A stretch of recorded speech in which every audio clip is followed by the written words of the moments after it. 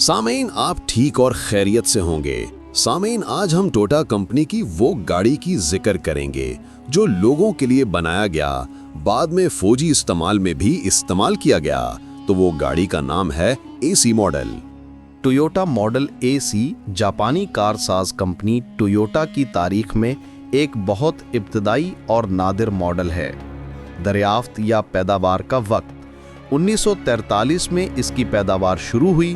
مارچ 1943 میں جاپانی فوج کی ضروریات کو پورا کرنے کے لیے ڈیزائن کیا گیا۔ اس کی پیداوار 2 ادوار میں ہوئی، 1943 تا فروری 1944 اور پھر 1947 تا 1948۔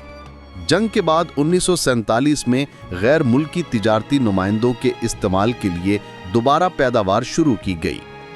بنائی گئی گاڑیوں کی تعداد کل 115 یونٹ سے زیادہ گاڑیاں نہیں بنائی گئی۔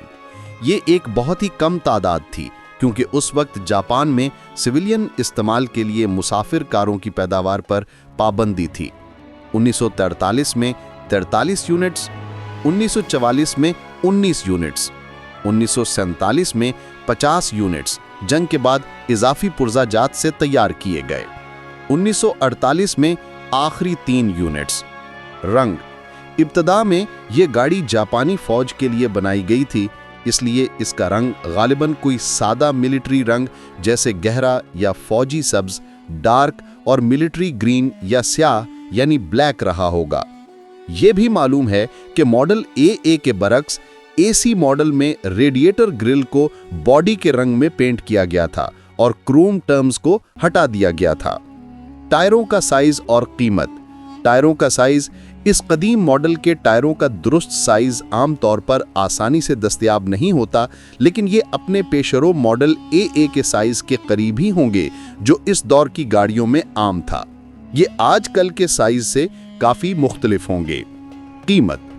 اس وقت کی قیمت کی مخصوص معلومات آسانی سے دستیاب نہیں ہیں، خاص طور پر جنگ اور جنگ کے فوری بعد کے دور میں کرنسی کی قدر اور معاشی صورتحال کی وجہ سے سرکاری قیمتیں کم ہی ریکارڈ کی گئیں۔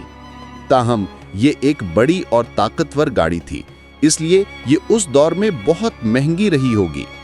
خلاصہ، ٹویوٹا ماڈل AC ایک 1943 میں شروع ہونے والی نایاب کار تھی جس کے کل 115 یونٹس بنائے گئے۔